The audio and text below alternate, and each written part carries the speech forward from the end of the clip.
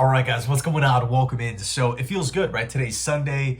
We're a couple hours before the 1 o'clock slate, and the Jets have already handled business, right? The New York Jets have already secured the W this week, beating a good Houston Texans team on Thursday night. Now, even though there was a lot of good, Devontae Adams, Jalen Mills, Will McDonald, Garrett Wilson, the potential catch of the year, Aaron Rodgers in the second half, I wanted this organization to be 100% locked into Arizona yesterday. It's cool to show the highlights. It's cool to talk about the W and all these great things. Awesome. But if they go out there and stink up the place in Arizona, facing a good Cardinals team, and, if we look at Arizona's situation, they're right in the middle of a divisional race. Rams, Seahawks, 49ers. Like, that thing is completely wide open at this point.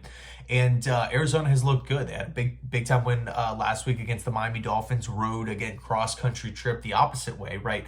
West coming east. Now, how will they fare this week against Caleb Williams and the Chicago Bears? Only time will tell. But again, I wanted the New York Jets to be done and over with that Texans game, 100% locked in next Sunday, and we find ourselves in the losing column again with a ton of mistakes. Yeah, we're right back to square one. So all the attention needs to be focused in on Arizona. But with that said, I wanted to talk about some of the kind of the latest trade buzz, trade rumors here. The New York Jets have had calls regarding DJ Reed, Garrett Wilson, Devontae Adams, and last but not least, Mike Williams. Now, Mike Williams seems like if someone is going to get dealt, it's going to be Mike. Ian Rappaport reported late last night that the Steelers called the Jets about Mike Williams, and it seems like Pittsburgh is really serious in trying to acquire, another wide receiver. They were in on the Brandon Ayuk stuff. I feel like they've been linked to Mike Williams for weeks and weeks now. I mean, they were even linked to the whole Devontae Adams situation as well.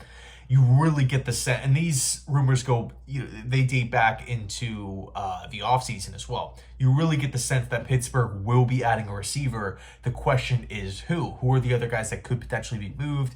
You got guys like Adam Thielen, potentially Darius Slayton.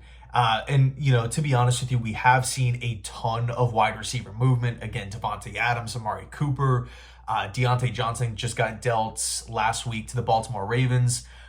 There's been a lot of movement, right? I feel like this is going to be one of the more busier trade weeks, or trade periods in the last couple of seasons. If I'm being completely honest, I mean, we've seen a fair share of guys getting moved already, and we haven't even talked about pass rushers, Darius Smith, lots of different guys that could be dealt, right? Maybe off of Tennessee, maybe off of New England, maybe off of Jacksonville.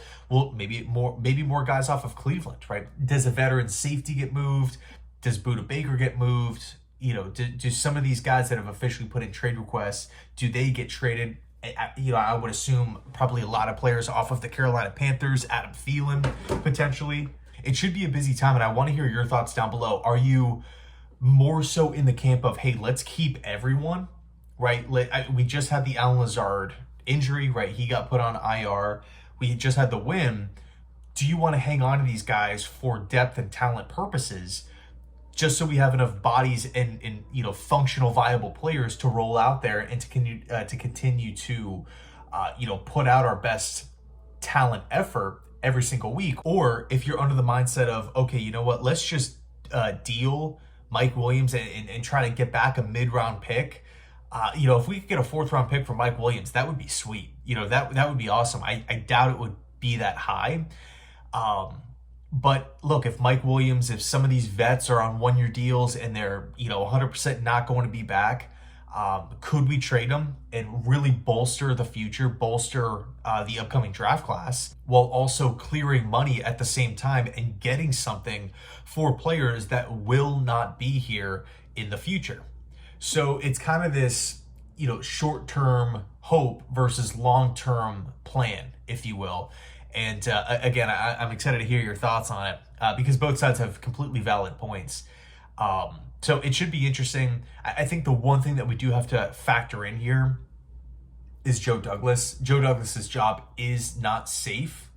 So if the only way I see the Jets being like complete sellers at the deadline is if Woody comes in and says, you know what, nope, we're blowing it up. Yeah, I want future picks. I want to clear money, whatever it may be. I just have a very difficult time in a win now pressure on season for Douglas saying, yeah, this is the year where I'm going to trade away all these vets, in turn potentially decreasing our probability to win while also helping the new GM, giving him future picks, because it's not like I'm going to be the one making these draft picks. Again, assuming that we continue to lose games here. So it should be a pretty exciting time, whether you're a Jet fan or not. I'm really looking forward to it. And anyway, thanks so much for watching. I appreciate it. And as always, go Jets.